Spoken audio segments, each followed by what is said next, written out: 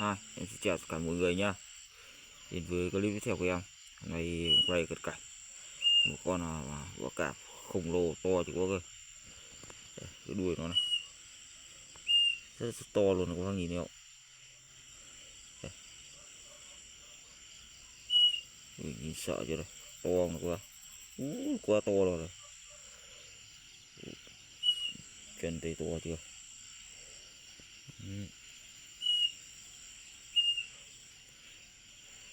Lớn như này. Nhìn cái càng nó đã như này. Trời ơi, khiếp của cô cơ.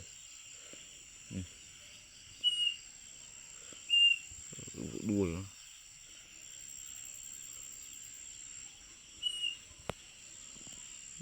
Nhìn cánh đuôi nó. Lớn chưa này. Ôi, to này. To ghê không này cô cơ.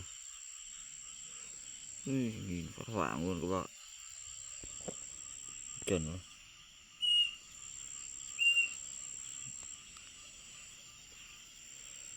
Nhìn phát hoảng luôn rồi các bạn.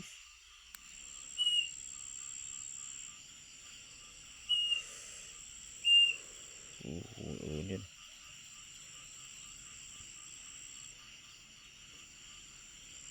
Kia trần.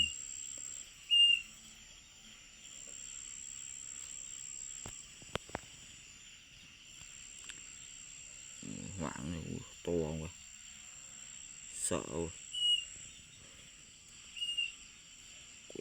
Cạo này. Để chưa. Dâu sâu.